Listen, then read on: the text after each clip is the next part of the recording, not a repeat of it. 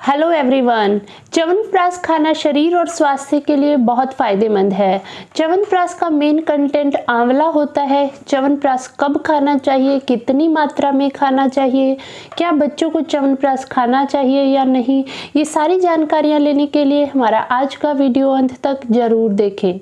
हम और भी हेल्थ और आयुर्वेद संबंधी वीडियोस बनाते हैं। अगर आप अपने स्वास्थ्य को लेकर जागरूक हैं और सही आयुर्वेदिक जानकारियाँ चाहते हैं तो कृपया हमारे चैनल को नीचे दिए सब्सक्राइब बटन और साथ लगी बेल आइकन को प्रेस करके हमारे आने वाले वीडियोस के लिए जरूर सब्सक्राइब कर लें। च्यवनप्राश का मेन कंटेंट आंवला होता है। आंवले की पिट्ठी को घिसकर इसको बनाया जाता है। इसके अलावा इसमें बहुत सारी और भी आयुर्वेदिक औषधियाँ डली हुई होती हैं जिनका काढ़ा बनाकर च्यवनप्राश बनाया जाता है। च्यवनप्राश के निर्माण के ऊपर हमने डिटेल वीडियो बना रखा है, आपको डिस्क्रिप्शन में उसका लिंक मिल जाएगा, आप वो भी जरूर देखें। मार्केट में मिलने वाले च्यवनप्राश के अंदर शुगर कंटेंट बहुत ज़्यादा होता है, इसलिए मधुमेह के रोगियों के लिए, डायबिटिक पर्सन्स के लिए यह च्यवनप्राश सेवन करना फ़ायदेमंद नहीं रहता। आजकल शुगर फ्री च्यवनप्राश आ गए हैं, उनका इस्तेमाल किया जा सकता है। च्यवनप्राश आज के समय में इम्यूनिटी को बढ़ाने के लिए बहुत फ़ायदेमंद है। एक अच्छे इम्यूनिटी बूस्टर के रूप में आप इसका इस्तेमाल कर सकते हैं। सुबह शाम है 2-2 चम्मच की मात्रा में एक स्वस्थ व्यक्ति इसका सेवन कर सकता है। अच्छे पके हुए आंवलों से बना हुआ च्यवनप्राश स्वाद में पूरा मीठा होता है। उसको दूध के साथ अगर लिया जाता है तो वह सेहत के लिए बहुत फ़ायदेमंद है।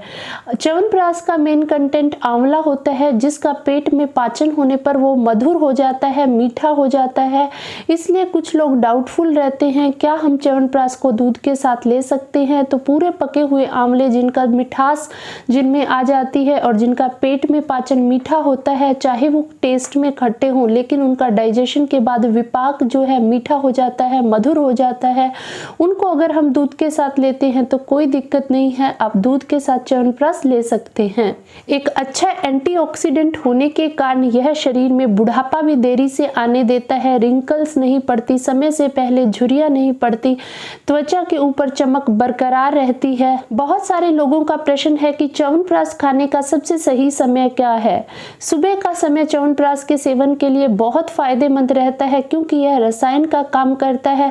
आयुर्वेद शास्त्र में तो बताया है सुबह के समय आप च्यवनप्राश लें, दूध के साथ च्यवनप्राश खाएं, आप पेट भर के 2 चम्मच च्यवनप्राश ले सकते हैं। उसके बाद जब भी आपको भूख लगे 12-1 बजे के आसपास आप खाना खाएं तो इस प्रकार खाया हुआ च्यवनप्राश रसायन का काम करता है जो कि शरीर की वृद्धि के लिए, हमारे पोषण के लिए बहुत फायदेमंद है। अगर हम इस प्रकार च्यवनप्राश खाते हैं तो बाकी आप खांसी जुकाम के लिए खा रहे हैं तो सुबह शाम आप 1-1 चम्मच है खाने के बाद इस्तेमाल कर सकते हैं। अगर आप रसायन के रूप में च्यवनप्राश का इस्तेमाल कर रहे हैं तो सुबह खाली पेट आप च्यवनप्राश है 2 चम्मच खाएं दूध के साथ। उसके बाद जब भी आपको भूख लगे 12-1 बजे उसके बाद आप खाने का सेवन करें। जिन लोगों के शरीर में पित्त बहुत ज़्यादा बढ़ा हुआ है, गर्मी ज़्यादा होती है, उनको गर्मी के मौसम में च्यवनप्राश का सेवन नहीं करना चाहिए। जिनको तेजाब, एसिडिटी की या अल्सर बनने की दिक्कत बहुत ज़्यादा है, उनको भी च्यवनप्राश का सेवन कम करना चाहिए क्योंकि इसके अंदर कई सारी गर्म औषधियाँ डली हुई हैं। इसलिए जब गर्म सीजन हो, गर्मी ज़्यादा हो, उन सीजन के अंदर च्यवनप्राश थोड़ा अवॉइड करना चाहिए। गर्मी में चांदी आदि की भस्मों से युक्त जो है थोड़ी तासीर में जो ठंडी होती हैं उनका वो वाला च्यवनप्राश हम सेवन कर सकते हैं। क्या थायराइड के रोगी च्यवनप्राश का सेवन कर सकते हैं? जो हाइपोथायराइडिज्म के रोगी होते हैं उनमें देखा जाता है वजन बढ़ता है और जो च्यवनप्राश जो होता है अधिक मोटे लोग अगर उसका सेवन करते हैं, स्पेशली अगर वो रसायन रूप में सेवन करते हैं तो उनके अंदर ये मोटापे को और बढ़ा सकता है। तो जो हाइपोथायराइडिज्म के पेशेंट होते हैं, मोटापे वाला थायराइड जो होता है जिन लोगों को, उन लोगों के लिए अधिक मात्रा में यह सेवन करना, स्पेशली रसायन रूप में सेवन करना ठीक नहीं है। आप सुबह शाम खाने के बाद आधा से 1 चम्मच जो है च्यवनप्राश का एक दवा के रूप में इस्तेमाल कर सकते हैं। क्या च्यवनप्राश का सेवन हार्ट डिजीज से परेशान पेशेंट्स कर सकते हैं? जी हाँ, इसके अंदर काकड़ा, सिंगी, दालचीनी आदि ऐसी औषधियाँ डली होती हैं जो कि हार्ट के लिए एक बहुत अच्छी टॉनिक का काम करती हैं। इसलिए जो हार्ट डिजीज से परेशान रहते हैं, जिनको दिल संबंधी बीमारियाँ रहती हैं, वो लोग च्यवनप्राश का इस्तेमाल कर सकते हैं। क्या छोटे बच्चों में च्यवनप्राश का इस्तेमाल करना सही है? 2 साल से छोटे बच्चों को च्यवनप्राश कम खिलाना चाहिए क्योंकि इसके अंदर कई गर्म औषधियाँ होती हैं और उससे छोटे बच्चों में 2 साल से छोटे बच्चों में डाइजेशन इतना अच्छे से डेवलप नहीं हुआ होता, तो कई बार वो उन औषधियों को डाइजेस्ट नहीं कर पाते। इसलिए ज़्यादा छोटे बच्चों में इसको नहीं खिलाना चाहिए। उनको थोड़ा बहुत आप चटा दें ताकि वो उनको टेस्ट बना रहे उनका। फिर जब 3 साल से बड़े हो जाए उसके बाद उनको थोड़ा 1/4 चम्मच से धीरे धीरे शुरू करना चाहिए। उसके बाद देखना चाहिए उनको अगर सूट आ रहा है, किसी प्रकार से कोई दस्त या कोई और दिक्कत नहीं आ रही, फिर आप इसका इस्तेमाल कर सकते हैं।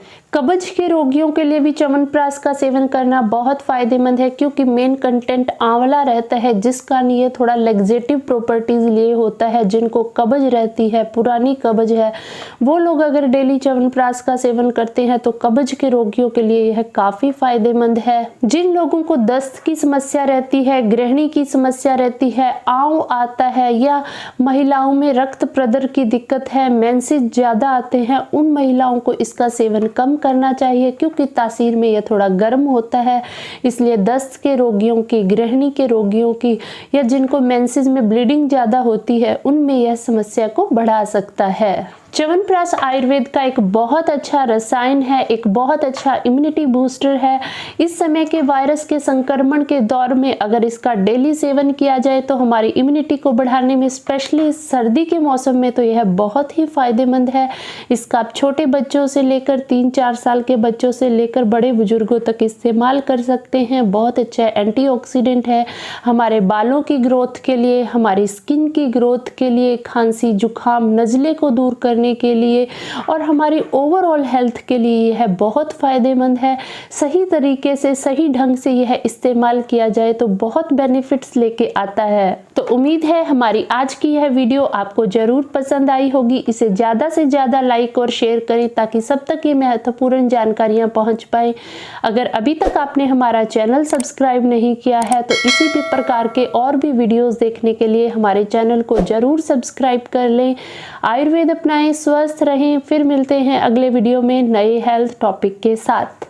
धन्यवाद।